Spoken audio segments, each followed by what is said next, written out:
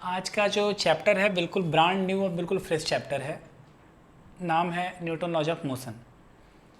11th के exam में मायने रखता है, नो डाउट, बट मैं जिस लेवल तक आपको पढ़ाऊंगा उसमें IIT JEE नेट और एडवांस तक का सारा चीज़ कवरअप होगा।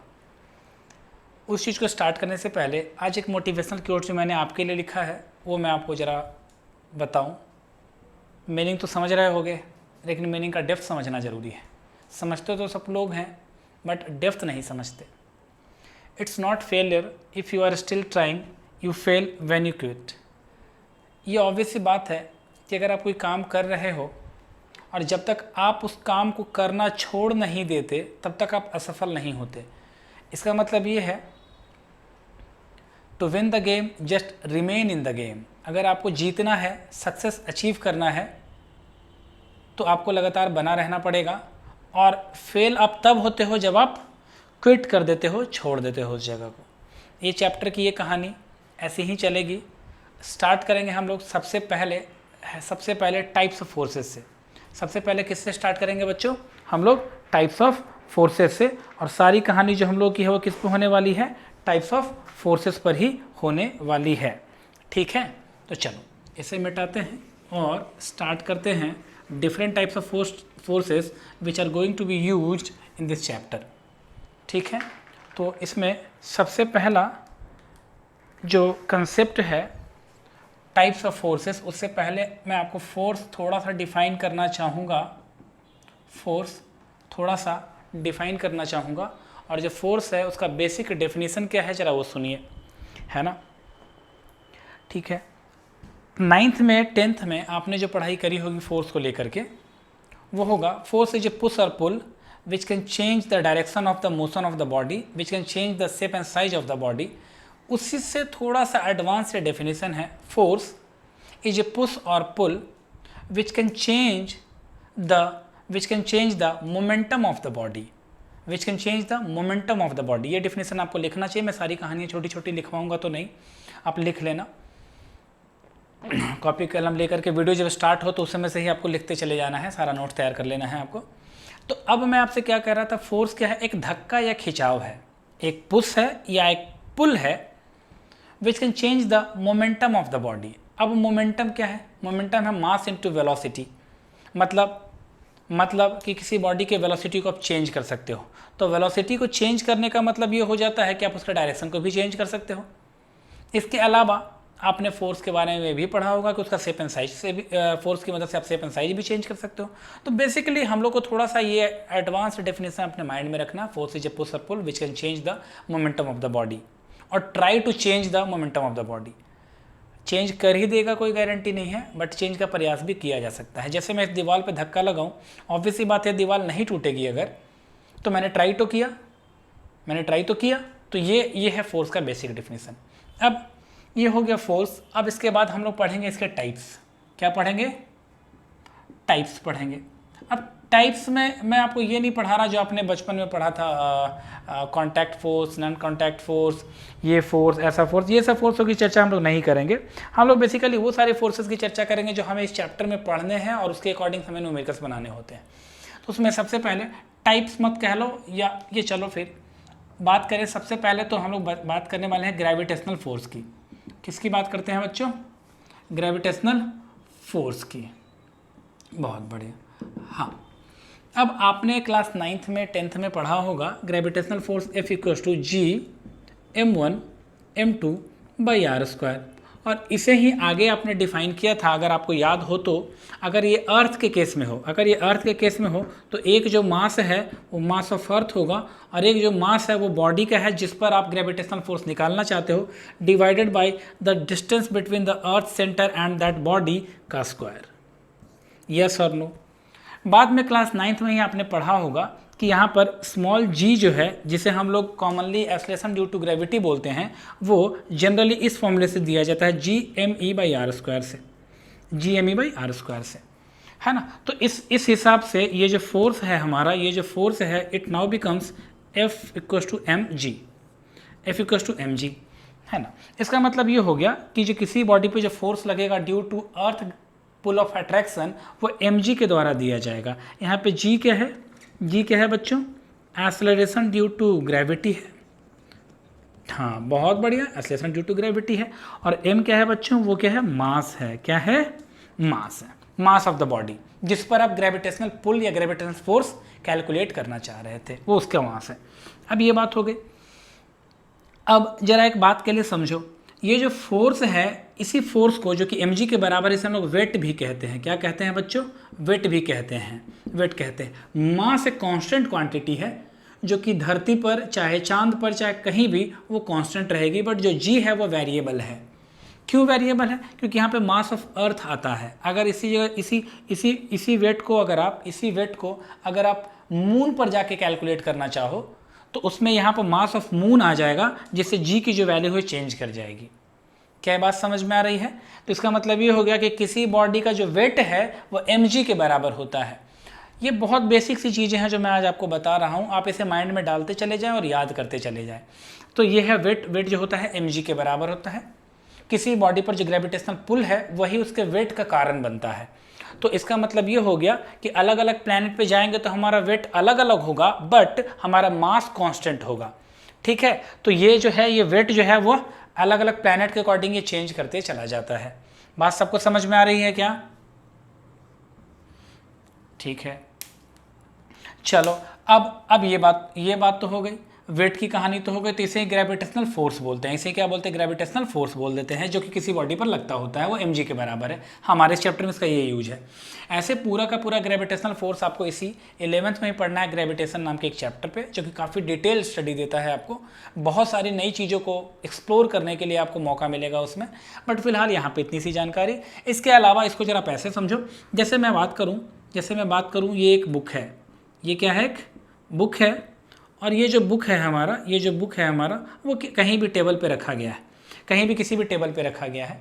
तो आपको ये बताना है, आपको ये बोलना है कि इस बुक ने अपने वेट के बराबर का फोर्स उस टेबल पे लगाया हुआ है। जैसे मान लो ये एक टेबल है जिस पर ये बुक रखी गई है, इस तरह से। ठीक है, तो ये सेंटर से, हमेशा याद रखना, वेट को जनरली हम लोग यहाँ से सेंटर से ही दिखाते हैं। तो mg यानी कि अपने वेट के बराबर का एक फोर्स नीचे लगाता होता है। जो बुक है वो अपने वेट के, मतलब mg के बराबर का एक फोर्स नीचे लगाता हुआ होता है, और यह वही फोर्स है जो कि धरती इसको अपनी ओर खींच करके लगाती है। बात समझ में आई क्या? इसे हमेशा इसी तरफ में याद रखना है, यानी आपको मेनली माइंड में क्या रखना है कि वेट इक्वल्स टू mg होता है। बोलिए हाँ या ना, सही है? स्प्रिंग फोर्स है, क्या है?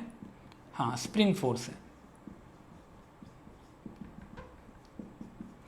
तो देखो, जैसा कि नाम ही इसका सजेस्ट कर रहा है, स्प्रिंग फोर्स एक ऐसा फोर्स है जो स्प्रिंग के द्वारा ही लगाया जाएगा। स्प्रिंग आप जानते होंगे, आपकी इवन टिप टॉक पेन में भी होता है ना। इसके अलावा जगह जगह पे आपने स्प्रिंग्स देखे होंगे, दुनिया भर के सारे स्प्रिंग्स देखे होंगे।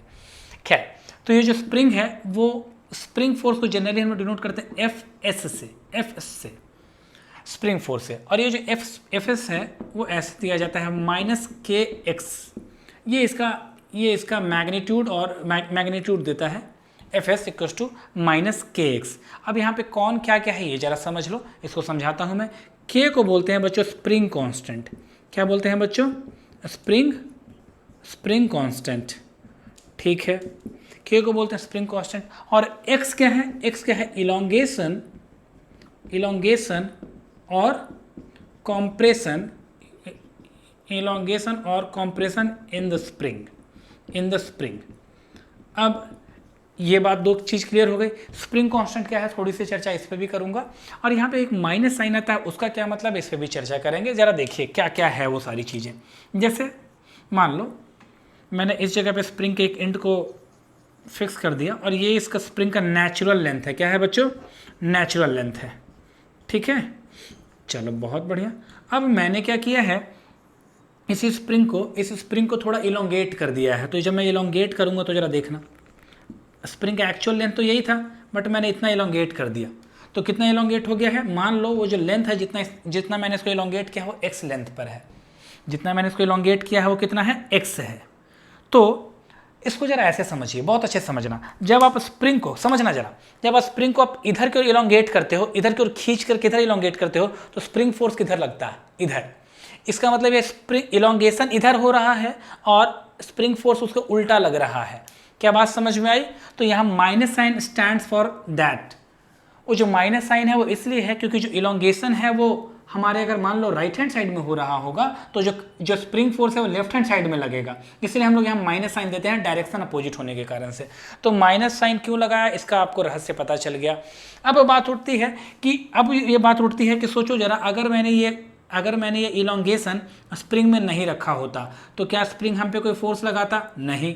बट जैसे जैसे इलोंगेशन बढ़ते चला जाता है वैसे वैसे स्प्रिंग फोर्स बढ़ते चला जाता है। मतलब F S is directly proportional to X, F S is directly proportional to X. जैसे जैसे आप एक्स को बढ़ाते, मतलब इलोंगेशन को बढ़ाते चले जाओगे, वैसे वैसे स्प्रिंग फोर्स की वैल्यू बढ़ती चली जाएगी। और आपको पता है कि जब भी कभी भी प्रोपोर्शनैलिटी साइन हटाते हैं हम लोग फिजिक्स में तो एक कांस्टेंट लगाते हैं, तो यहाँ कांस्टेंट लगा रहे हैं एक्स, और माइनस साइन क्यों लगाया उसका मैंने रहस्य आपको बता दिया, कारण क्या था वो। क्या ये बात समझ में आई है? कोई दिक्कत नहीं है इसमें? अरे बताओ जल्दी से, क्या ये बात क्लियर है? चलो बहुत बढ़िया। तो हम लोगों ने ये घटनाएं इस तरह से अंजाम दे दी है, हमें ये बिल्कुल अच्छी तरह से दिमाग में आना चाहिए।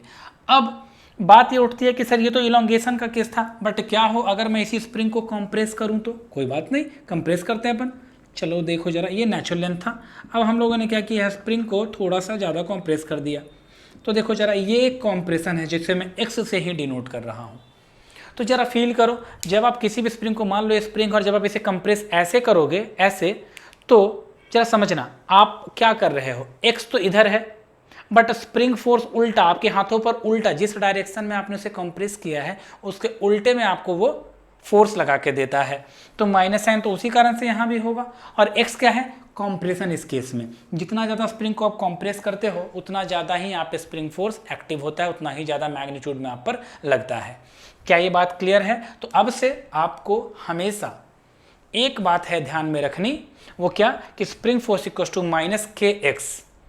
अब x क्या है समझ में आया, माइनस साइन क्या है समझ में आया, k क्या स्प्रिंग कांस्टेंट है, इसको भी जरा समझ लेते हैं। आइए यहाँ पे जरा देखें, क्या k इक्वल टू होता है बच्चों, k इक्वल टू होता है F S by X. Negative sign आप दे भी सकते हैं, नहीं भी दे सकते, कांस्टेंट में देने की कोई ज़रूरत नहीं है मैग्नीट्यूड की बात करें तो जरा देखो अच्छे से समझना ये है क्या दरअसल, इसको जरा समझो। k फोर्स का यूनिट क्या होता है बच्चों? न्यूटन। और x का यूनिट क्या होता है? मीटर। अरे बताओ, अरे भाई फोर्स का यूनिट न्यूटन और x का यूनिट मास, न्यूटन पर मीटर। तो k क्या है? k क्या है? It is a force applied by the spring, it is a force applied by the spring per unit length या पर मीटर। मतलब एक स्प्रिंग का अगर आपने 1 मीटर का, गौर से समझना, अगर आपने एक स्प्रिंग का 1 मीटर लेंथ का कोई स्प्रिंग लिया है तो वह आप पर अगर एस के बराबर, एफ एस के बराबर अगर फोर्स लगा रहा होगा तो उसे ही हम लोग बोलेंगे के स्प्रिंग कांस्टेंट। मतलब पर यूनिट लेंथ पर स्प्रिंग के द्वारा जितना फोर्स लगाया जाता है, पर यूनिट लेंथ पर स्प्रिंग के द्वारा जितना फोर्स लगाया जाता है, दैट इज स्प्रिंग कांस्टेंट। क्या ये बात समझ में आई है? तो ये था इसके बारे में पूरी जानकारी जो आपको मेमोराइज भी कर लेनी चाहिए। हालांकि इसके डेप्थ का नॉलेज, इसके बारे में ज़्यादा जानकारी हम लोग इसी चैप्टर में पढ़ेंगे जब हम लोग स्प्रिंग फोर्स से जुड़े हुए न्यूमेरिकल्स और क्वेश्चंस करेंगे। तो क्या ये बात क्लियर हुई है? कोई डाउट तो नहीं है किसी को? चलो थर्ड फोर्स जो हमारा है वो है इंटर एटॉमिक फोर्सेस। थर्ड कौन सा है अपना? इंटर एटॉमिक, हाँ थर्ड है इंटर एटॉमिक फोर्सेस। जरा देखो इंटर एटॉमिक फोर्सेस क्या है, जरा इसको समझिए, अच्छे से समझिए। इंटर एटॉमिक फोर्सेस नाम जैसा बता रहा है, एटम से एटम के बीच में लगने वाले फोर्स को हम लोग बोलते हैं इंटर एटॉमिक फोर्सेस। क्या मतलब है इसका? मतलब कुछ ऐसे समझो, मान लो एक पल के लिए सपोज कीजिए स्ट्रिंग है, स्ट्रिंग मतलब रस्सी जिसको बोलते हैं हम लोग, एक स्ट्रिंग है और इसके इस जगह पर 2 इसके एटम्स हैं, और उन 2 एटम्स को मैं इनके साइज को डायमेंशनली बड़ा करके आपको दिखाता हूं। तो मान लो एक है A और इसके जस्ट बगल वाला है B, ठीक। तो नॉर्मल केसेस में जब इस स्ट्रिंग पर, रस्सी पर या किसी भी बॉडी पर कोई फोर्स नहीं लगता तो A से B के बीच की जो दूरी होती है वो फिक्स होती है, जिसे हम लोग RE बोलते हैं, और इसे बोलते हैं, RE को बोलते हैं इक्विलिब्रियम डिस्टेंस। क्या बोलते हैं बच्चों? Equilibrium distance. हाँ, इक्विलिब्रियम डिस्टेंस। इक्विलिब्रियम मतलब होता है एक ऐसा दूरी जो संतुलित हो, बैलेंस्ड हो। हालांकि इक्विलिब्रियम का केस भी थोड़ा सा आगे ही डील किया जाना है हम लोगों के द्वारा। तो यह इक्विलिब्रियम डिस्टेंस। ठीक, अब अच्छे से समझना। अब इन दोनों के बीच में फिलहाल जब मान लो r कोई भी एक दूरी है जो कि बराबर है आर ई के, तो इस केस में एफ नेट जो लग रहा होगा इन दोनों एटम्स के बीच में वो बच्चों जीरो होता है। जब r इक्विलिब्रियम डिस्टेंस के बराबर होगा, इन दैट केस ए और बी एटम्स के बीच में लगने वाला जो नेट फोर्स होगा बच्चों वो जीरो होगा। हाँ कि ना, क्या ये बात समझ में आई? बट जैसे ही आप बी पॉइंट और ए पॉइंट मतलब इन दोनों के बीच की जो दूरी बढ़ जाती है और here r is greater than R E, तो इस केस में when r is greater than R E, इस केस में F net not equals to zero होगा। अब नॉट इक्वल्स टू जीरो का क्या सेंस है वो जरा समझिए। नॉट इक्वल्स टू जीरो का मतलब सिंपल ये ऐसे, हालांकि ये खैर चलो इसको ऐसे देखो जरा। तो इसका मतलब ये है कि इस केस में ए जो है बी पर एक फोर्स लगाएगा और जो बी है वो ए पर एक फोर्स लगाएगा। हालांकि इन दोनों फोर्सेस को जोड़ोगे तो नेट जीरो होगा। मैं बस इंडिविजुअल एक की बात कर रहा हूं कि ए पर लगने वाले नेट फोर्सेस जीरो नहीं होंगे, ना ही बी पर लगने वाले नेट फोर्सेस अब जीरो होंगे। तो ए पर जीरो नहीं है, तो ऐसा क्यों होता होगा? तो जरा इसको समझो। जो हमारा इंटर एटॉमिक फोर्सेस है वो एक फिक्स डिस्टेंस, जैसे हम लोग इक्विलिब्रियम डिस्टेंस बोलते हैं, उस वक्त तक अपने आप को नहीं लगाता, वो एग्जिस्ट ही नहीं करता तब जबकि r equals to R E होता है। बट जैसे ही r is greater than R E और r is less than R E, उन दोनों केसेस में जो इंटर एटॉमिक फोर्सेस है वो तुरंत एक्टिव हो जाता है ताकि पूरे सिस्टम को संतुलित रखा जा सके। और इस केस में इंटर एटॉमिक जो फोर्स है वो इस सिस्टम को अगर संतुलित रखना चाहेगा तो क्या चाहेगा कि बी अगेन अपने पुराने वाले पोजीशन पे आ जाए, ए अगेन अपने पुराने वाले पोजीशन पे आ जाए। बात समझ में आई? तो इस केस में जो बी है वो ए पे लगाता है इधर की ओर फोर्स और ए जो है वो बी पे लगाएगा इधर की ओर फोर्स, ताकि ये दोनों एक दूसरे पे क्या हो जाए, फिर से इक्विलिब्रियम कंडीशन में आ जाए। तो यहाँ पर in that case force of attraction dominate. Force of दोनों के बीच में कौन सा फोर्स लग रहा है? Force of attraction. ठीक है, इन दैट केस इन दोनों के बीच में फोर्स ऑफ अट्रैक्शन यानी अट्रैक्टिव फोर्स लगेगा। बात समझ में आई?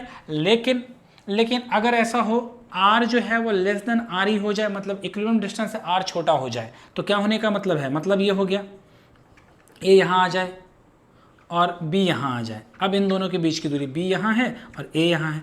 तो इस केस में फिर से इंटर एटॉमिक जो फोर्स है वो चाहेगा कि तुम वापस अपने पोजीशन पे जाओ। तो जब वापस पोजीशन पे जाएगा तो जो b है वो a पे इधर की ओर फोर्स लगाएगा और जो a है वो b पर इधर की ओर फोर्स लगाएगा।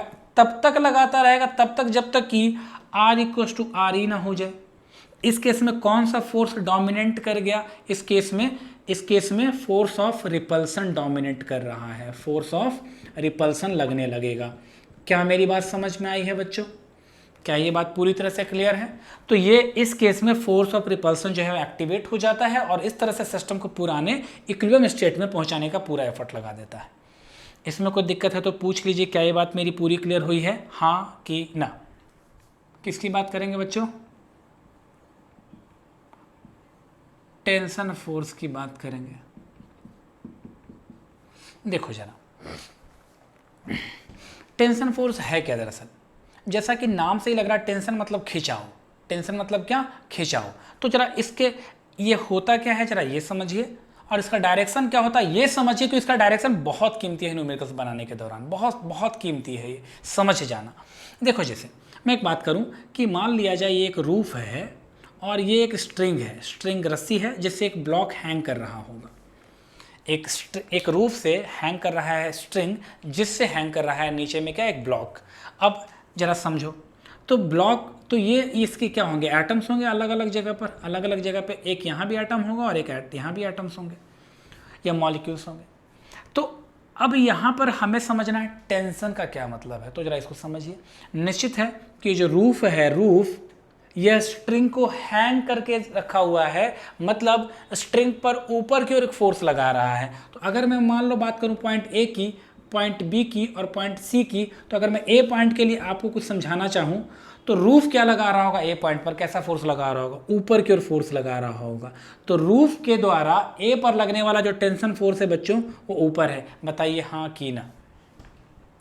ठीक इसी तरह से इस वाले डायरेक्शन में आपको टी यहाँ पर ऊपर में देना चाहिए। अब मैं बात करता हूँ, ये पॉइंट ए था। अब मैं बात करता हूँ सी के लिए।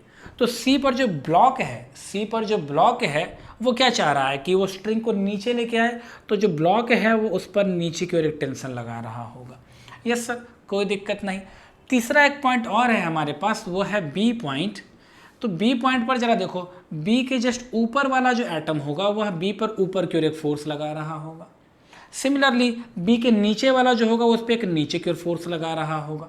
मतलब नेट टेंशन अगर ऊपर नीचे भी टेंशन टी, नीचे भी टेंशन टी, तो नेट इस पर जो फोर्स लग रहा है बच्चों वो कितना होने वाला है, 0।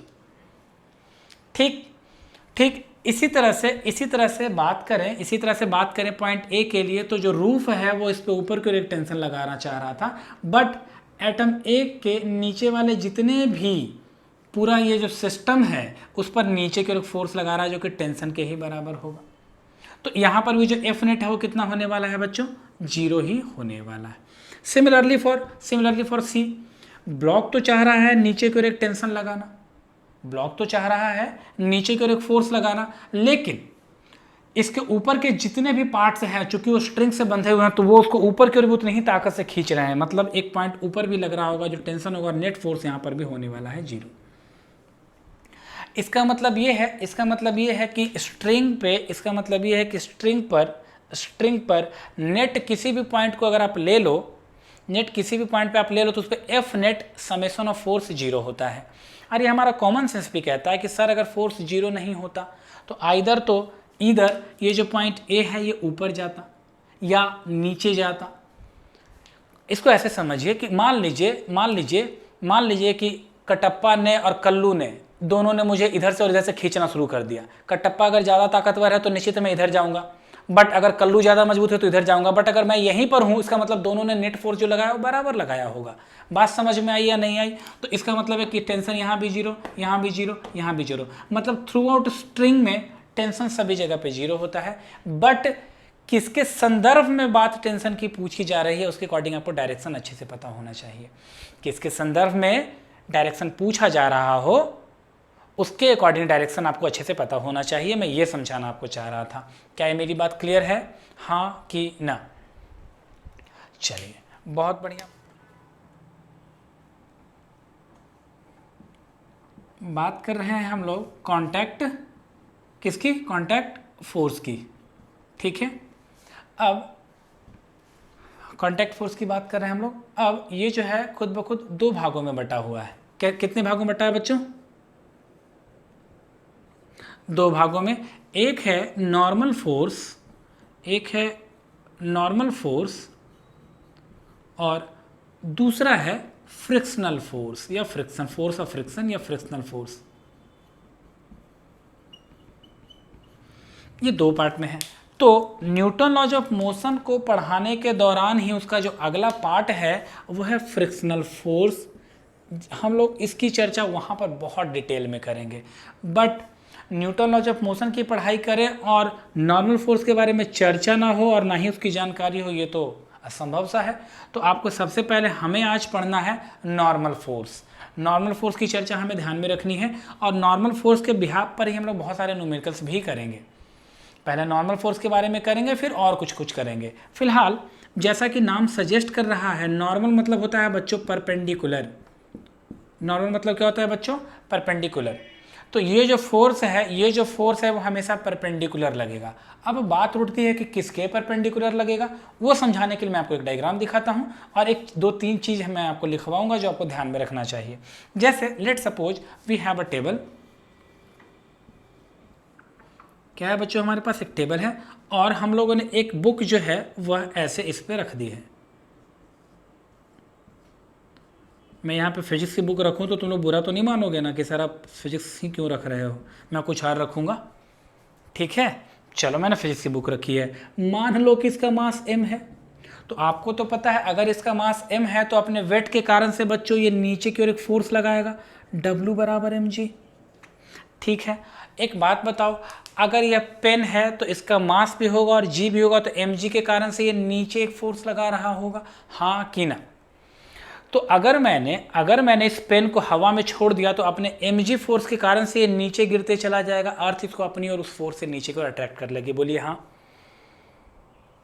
बट अगर यह mg फोर्स नीचे लगाने के बावजूद मेरे हाथ पे रखा है तो ये नीचे नहीं जाएगा। इसका मतलब ये है कि जितना फोर्स ये मेरे हाथ पे लगा रहा है, निश्चित ही है कि उतना ही फोर्स मेरा हाथ पे इस पर लगा रहा होगा, जिसके कारण से ये नीचे नहीं गिर रहा है, हाँ कि ना? ऐसे इसी चीज को बोलने और समझाने के लिए इसे न्यूटन का थर्ड लॉ बोलते हैं, every action they is equal and opposite reaction. इसका जो वेट है वो एक एक्शन कर रहा है इस हाथ पर, और हाथ इतना ही के बराबर एक रिएक्शन कर रहा है ऊपर की ओर। तो ये चूंकि मैंने अभी न्यूटन लॉज ऑफ मोशन नहीं पढ़ा है तो मैं उसके थ्रू एक्सप्लेनेशन आपको नहीं दे रहा, मैं कॉमन सेंस का एक्सप्लेनेशन आपके माइंड में देना चाह रहा हूँ कि ये mg है तो mg नीचे लगा रहा होगा, तो हाथ भी mg के बराबर ही एक फोर्स ऊपर लगा रहा होगा। तो वो कैसे रहा होगा? तो निश्चित है ये लगा रहा है mg नीचे की ओर, तो ये जो टेबल है इस बुक पर एक ऊपर की चोट लगाता है, that is called normal force denoted by capital N, that is called normal force denoted by N। और चूंकि ये सिस्टम जो इक्विलिब्रियम में है, इक्विलिब्रियम में कहने का मतलब ये है कि ना ही इसमें ऊपर की ओर मोशन है ना ही नीचे में मोशन है, मतलब नेट फोर्स जीरो हो रहा होगा। तो हम लोग लिखेंगे F net equals to zero, क्योंकि सिस्टम जो है पूरा का पूरा इक्विलिब्रियम में है। तो अगर नेट फोर्स जीरो है बच्चों, अगर नेट फोर्स जीरो है बच्चों, तो क्या होने वाला है? निश्चित है ऊपर वाले को आप पॉजिटिव लेते हो, नीचे वाले को निगेटिव लेते हो, तो आप लोग n माइनस mg बराबर जीरो, then after n equals to what? mg, yes और नो।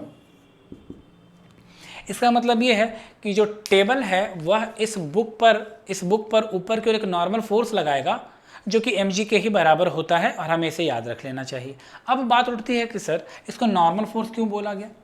इसका कारण ये है कि जो कॉन्टैक्ट सरफेस है बुक और टेबल के बीच का, ये फोर्स उस पर परपेंडिकुलर लगेगा। इस बात को लिख लीजिए, नॉर्मल फोर्स जो है कॉन्टैक्ट सरफेस के परपेंडिकुलर लगता है, that's why it is named normal force, इसीलिए इसको नॉर्मल फोर्स बोलते हैं। अच्छा, इसका मतलब ये हो गया कि सर अगर मान लो आप ये कह रहे हो, तो अगर मैं ये ना करूं और मैं ऐसे ना करते हुए अगर मान लो मैं एक इंक्लाइंड प्लेन ले लूं, ऐसा कुछ एक इंक्लाइंड प्लेन ले लूं, और इस इंक्लाइंड प्लेन पर अगर मैंने मान लो एक पुस्तक ऐसे रख दी हो, एक बुक ऐसे रख दी हो, तो आप ये कहना चाह रहे हो कि इस केस में जो नॉर्मल है वो ऐसे नहीं लगेगा, इस सरफेस पे परपेंडिकुलर लगेगा। तो इन दोनों के बीच में जो लगने वाला कॉन्टैक्ट फोर्स है बच्चों, सॉरी कॉन्टैक्ट सरफेस जो है बच्चों, वो ये वाला है, हाँ या ना? तो इस पर वो परपेंडिकुलर लगेगा सर, आप ये कहना चाह रहे हो? तो मैं बोलूँगा बिल्कुल मैं यही कहना चाह रहा हूँ।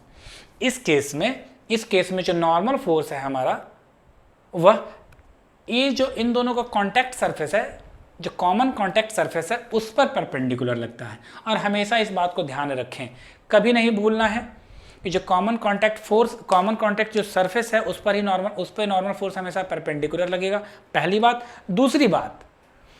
दूसरी बात कि अगर जो नॉर्मल फोर्स का नेचर ग्रेविटेशनल फोर्स का है, अगर नॉर्मल फोर्स जो आपका वो ग्रेविटेशनल नेचर का है, नॉर्मल फोर्स जो आपका है वो अगर ग्रेविटेशनल नेचर का है, तो जैसे आप इसको ऐसे समझिए, जो मैं कहना चाह रहा हूं कि अगर मान लीजिए दो बॉडी के बीच में अगर इलेक्ट्रोस्टैटिक फोर्स लग रहा होगा, तो जो नॉर्मल फोर्स होगा वो भी इलेक्ट्रोस्टैटिक ही नेचर का होगा। अगर दो बॉडी के बीच में ग्रेविटेशनल फोर्स लग रहा होगा, तो उनका जो नॉर्मल फोर्स होगा वो भी उसी नेचर का होगा, ग्रेविटेशनल नेचर का ही होगा, मतलब सेम नेचर का ही फोर्स लग जाता है।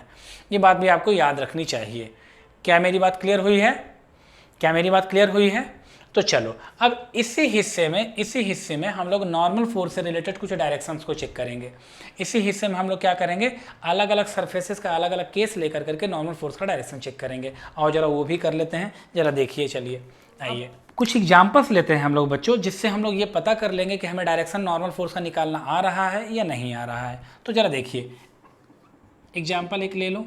जैसे मान लीजिए एक ब्लॉक है, इसके ऊपर एक ब्लॉक है, मान लो इस ब्लॉक का नाम A, इसका नाम B है। तो हम चाह रहे हैं अलग अलग नॉर्मल फोर्स निकालना। तो जरा देखो यहाँ पर कितने कॉन्टैक्ट सरफेसेस हैं, यहाँ देखना जितने कॉन्टैक्ट सरफेसेस उतने टाइप्स के नॉर्मल फोर्सेस, जितने कॉन्टैक्ट फोर्सेस उतने ज़्यादा नॉर्मल फोर्सेस। यहाँ पर कितने कॉन्टैक्ट सरफेसेस हैं बच्चों, पहला तो ये है और दूसरा ये है, मतलब दो नॉर्मल फोर्स होगा, मतलब दो नॉर्मल फोर्स होगा।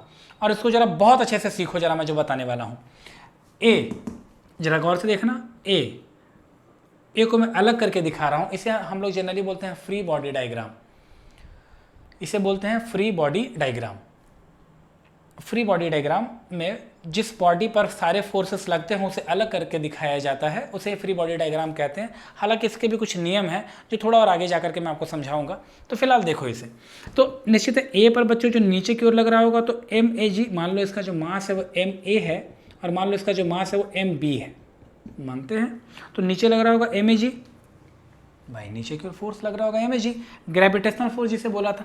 बट चूंकि ये सरफेस है जो कि कांटेक्ट में है A और B के बीच में, तो B लगा रहा होगा इस पर, A नहीं B लगा रहा होगा इस पर ऊपर की ओर फोर्स, जो कि इन दोनों के कांटेक्ट सरफेस से डेवलप हुआ होगा, जबकि MG जो है वो इसके सेंटर ऑफ मास से नीचे की ओर लगता है।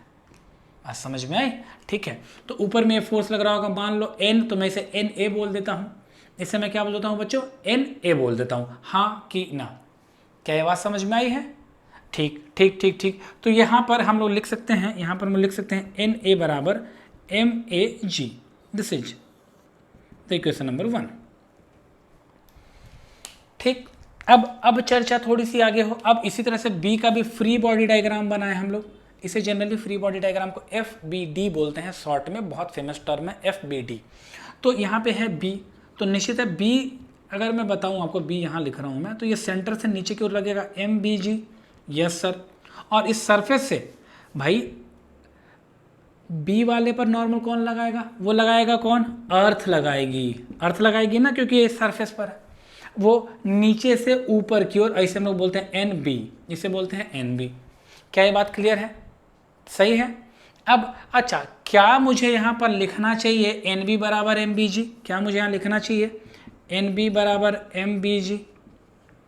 लिखना चाहिए? बिल्कुल नहीं, बिल्कुल नहीं लिख सकते, बिल्कुल नहीं लिख सकते NB बराबर MBG।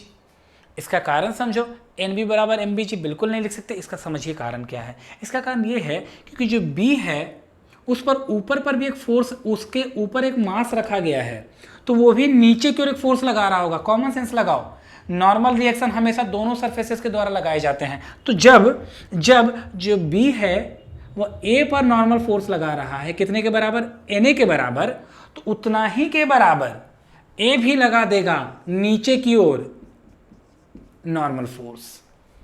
इस बात को बहुत अच्छे तरीके से ध्यान दें आप, क्योंकि every action they equal and opposite reaction का अगर रूल फॉलो करते हैं हम लोग, जो कि करना ही है हमें, तो जरा देखें, समझे जरा। B लगा रहा था A पर NA नॉर्मल रिएक्शन, तो A भी तो लगाएगा B पर नीचे की ओर NA के बराबर। वो हम लोगों ने नहीं दिखाया था, जो कि अभी हमें दिखाना चाहिए। बोलिए हाँ कि ना, बात समझ में आई? तो जरा देखो, हम लोग जानते हैं चूंकि ये बॉडी जो है वो मोशन में नहीं है, तो नेट नीचे का फोर्स बराबर होगा नेट ऊपर का फोर्स। तो नीचे का फोर्स कितना लग रहा है, एक लग रहा है NA जो कि नीचे की ओर है, और एक MG। तो हम लोग लिखेंगे NA प्लस MBG। देखो ना, ये भी नीचे और ये भी नीचे, दोनों को जोड़ दिया, बराबर बराबर ऊपर का फोर्स वो है NB।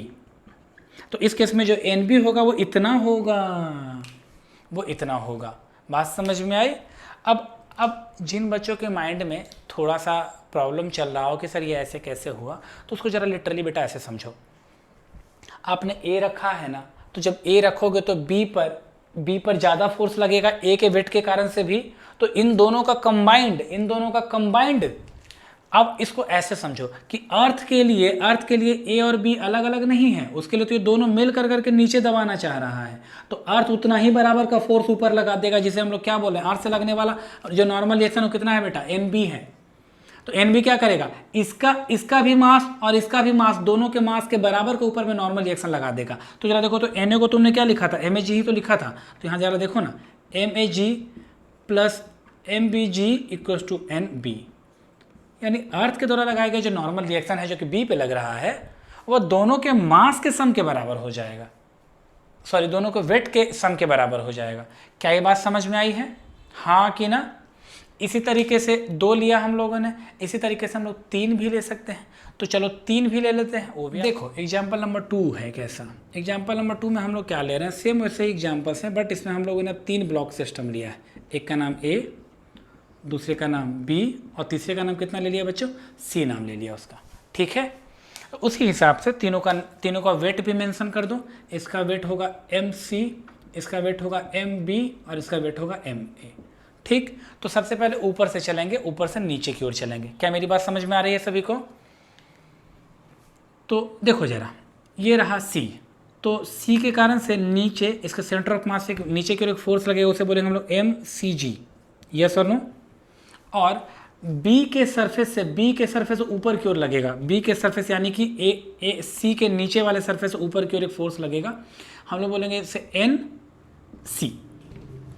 Normal reaction on C due to B, तो ये NC हो गया। हम यहाँ पर ये लिख सकते हैं चूँकि दोनों बराबर होने वाला, तो NC बराबर MBG। This is equation number 1। बात समझ में आई? अब इसी तरह से NC बराबर MCG। इसी तरीके से आप जरा B वाले को चेक करो।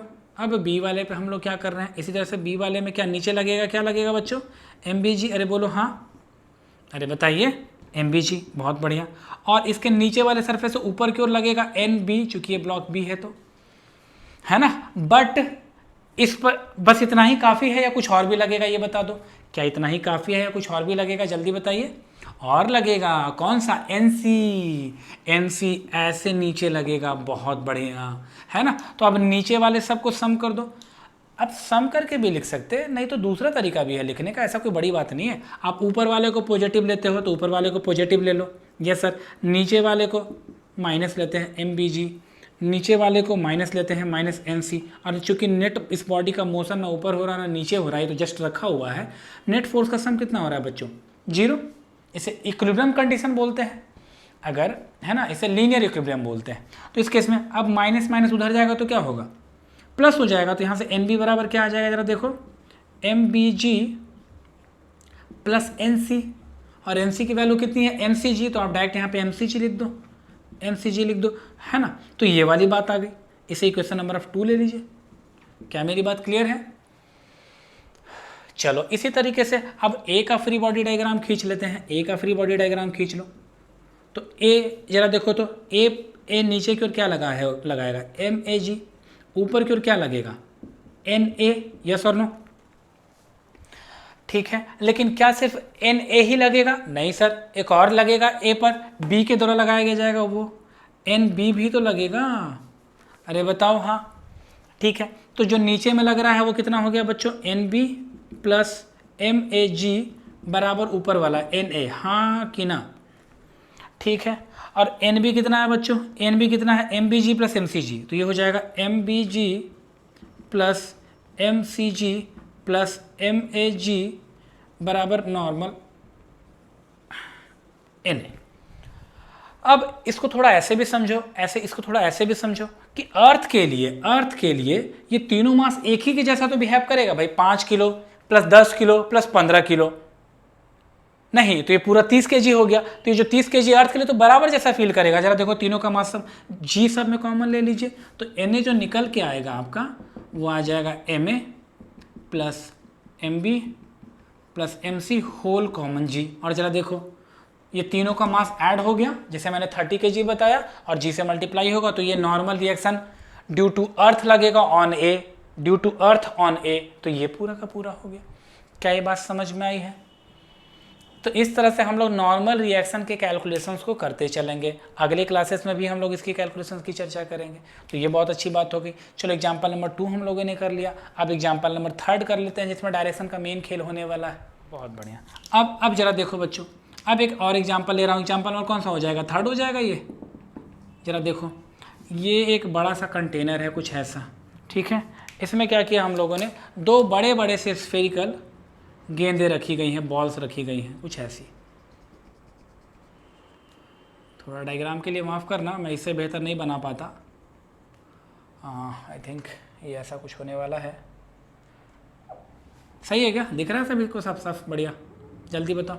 ठीक है, और एक ब्लॉक और, हाँ बहुत बढ़िया, और एक ब्लॉक और है बच्चों ये वाला, अरे बोलो, ठीक है ऐसा, इसका सेंटर यहाँ है, मान लो इसका नाम A है और इसका मास है MA, इसका नाम B है और इसका मास है MB।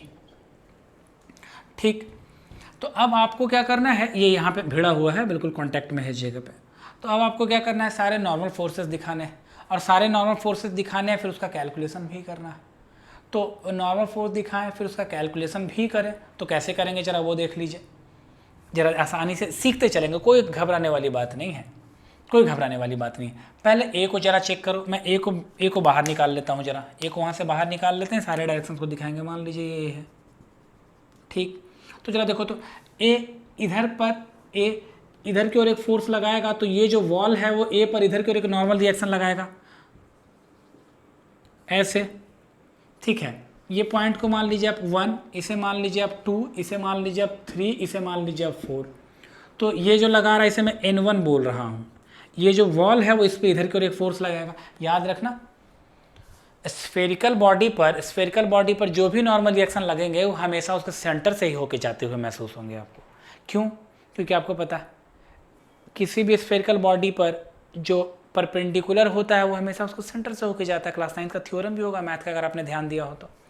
ठीक है, तो N1 ऐसा है जो इसके सेंटर से होके जाता हुआ महसूस होगा। इसके अलावा 2, तो नीचे से ऊपर की ओर एक लगेगा, उसे बोलेंगे N2। बोलिए हाँ कि ना। सिमिलरली ऐसा कुछ होगा इन दोनों को मिलाने वाली लाइन के अकॉर्डिंग, इन दोनों लाइन के मिलाने के अकॉर्डिंग इधर की ओर, तो इधर भी एक फोर्स लगेगा, वो लगेगा N3 ना, ये वाला N3 है ये, सॉरी ये N3 है, तो ये लगेगा। अब हमें क्या कहना है, हमें तो ये कहना है भाई, ये हमने डायरेक्शन दिखा दिए, हाँ ये हम लोगों ने क्या कर दिया, इसका डायरेक्शन दिखा दिए, तो इस पे लगने वाले सारे जो तीनों नॉर्मल रिएक्शंस थे वो कुछ ऐसे थे।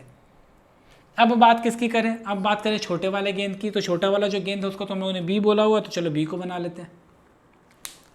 अब तुम ये बोलोगे कि सर इसका कैलकुलेशन क्यों नहीं करें हम लोग, तो इसका कैलकुलेशन इसलिए नहीं करेंगे क्योंकि इसमें फोर्स आ रहा है और साथ साथ उसके कंपोनेंट ब्रेकिंग्स आ रहे हैं।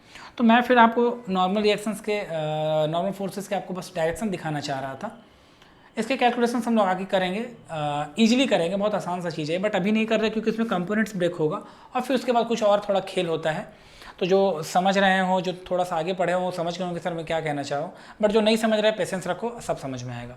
फिलहाल इस पर हम लोग नॉर्मल रिएक्शंस का डायरेक्शन निकालना चाह रहे हैं ब्लू वाले पे। तो जरा देखो, तो जो ब्लू वाला है वो कितने जगह पे कांटेक्ट में है, एक तो है सर, एक तो है वो थर्ड के कारण से, तो थर्ड के कारण से N3 लगा है इस पे, तो इस पे कितना लगेगा, अरे बताओ, N3 ही तो लगेगा, N3 ही लगेगा नहीं, ठीक। और 4 पर बिल्कुल ऐसे लगेगा, ऐसे, तो इसे N4 बोल देंगे। क्या बोल देंगे बच्चों, N4। याद रखना जितने भी नॉर्मल रिएक्शंस के जो भी डायरेक्शंस होंगे वो सारे के सारे उसको सेंटर की ओर होंगे जाएंगे, क्योंकि बॉडी स्फेरिकल है। तो ये इसके डायरेक्शंस हो गए, और हमने यहाँ पे देखा कि जितने कॉन्टैक्ट पॉइंट्स उतने नॉर्मल्स। क्या बात समझ में आई है? कोई डाउट या कोई दिक्कत है तो बता दीजिए, कोई डाउट या कोई दिक्कत है तो बता दीजिए। नहीं, ठीक है। तो ये बात हो गई नॉर्मल फोर्स के डायरेक्शंस की बात, ठीक है। अब चलो 1-2 एग्जाम्पल और ले लेते हैं ताकि ये पूरा फंडा क्लियर कर लेते हैं हम लोग इसको भी। देखो जरा,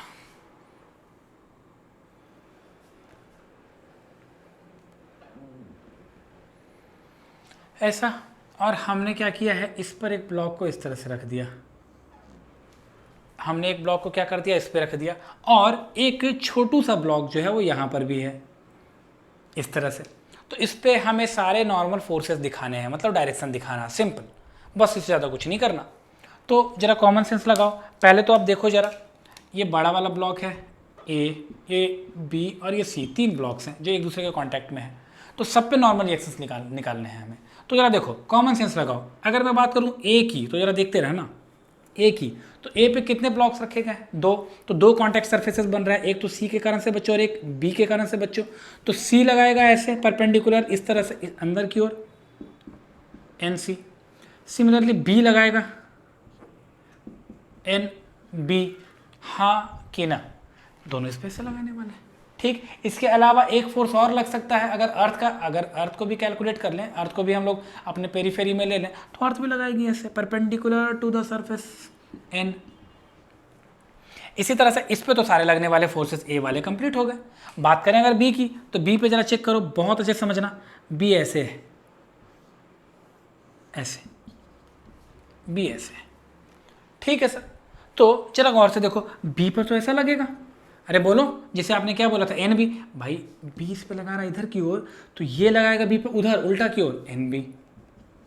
every reaction is equal and opposite reaction, ये डायरेक्शन हो गया, ठीक। अच्छा, क्या अब बताओ, तुम जरा दिमाग लगा के बताओ, क्या बी पर सिर्फ यही एक फोर्स लगेगा, हाँ कि ना, या कोई और भी लगेगा? लगेगा, क्योंकि यहाँ भी कांटेक्ट है और लगेगा यहाँ भी कांटेक्ट है, ठीक है। तो ये लगाएगा ऐसा इधर की ओर, कौन लगाएगा? सी लगाएगा, किस पे लगाएगा? बी पे लगाएगा। तो मान लो मैं इसका नाम एन सी बी कर देता हूँ, क्योंकि मैंने बी सी सब्सक्रिप्ट यूज कर लिया है। बी पर लगेगा, नीचे की ओर लगेगा। नई बात समझ में आई, बहुत बढ़िया। तो अब तो बात हो गई बी की भी भैया, अब बात करें सी की। सी की तो सर एक बात तो कंफर्म है कि सी पर सर एक इधर लगने वाला है, उसे हम लोग बोल रहे थे एन सी। सी की बात हो गई। अब बात करेंगे एक और, चूंकि जो सी है वो बी पर लगा रहा था ऊपर की ओर, तो बी लगाएगा बच्चों सी पर इधर की ओर, जिसे हम लोग बोलेंगे एन सी बी, उल्टा डायरेक्शन। ये सारे के सारे जो हैं वो नॉर्मल, मतलब एटमोस्ट हम लोगों ने किया क्या है दरअसल बच्चों, एटमोस्ट हम लोगों ने किया क्या है दरअसल, कुछ खास नहीं, बस एक काम किया कि जितने ज़्यादा कॉन्टैक्ट फोर्सेस हमें मिले हैं, सॉरी जितने कॉन्टैक्ट सरफेसेस हमें मिले हैं, उसके अकॉर्डिंग हम लोगों ने नॉर्मल फोर्सेस को डिफाइन कर दिया है, उतने जगह पे लगा दिया है, इतनी सी बात। इसमें कहीं कोई दिक्कत, कहीं कोई कन्फ्यूजन है ना, होनी नहीं चाहिए। तो बस एक बात याद रखें, नॉर्मल फोर्सेस जहाँ भी जितने ज़्यादा होंगे, जितनी ही जगह पे सरफेसेस होंगे कॉन्टैक्ट सरफेसेस, उतने ही जगह पे नॉर्मल फोर्सेस होते चले जाएंगे, हाँ कि ना। बात समझ में? आज इस वीडियो लेक्चर में इतना ही। इसके आगे वाले में मैं और कुछ टॉपिक्स को कवर करूँगा जो इसी चैप्टर से आगे की ओर होगा, ठीक है। आज के लिए इतना ही।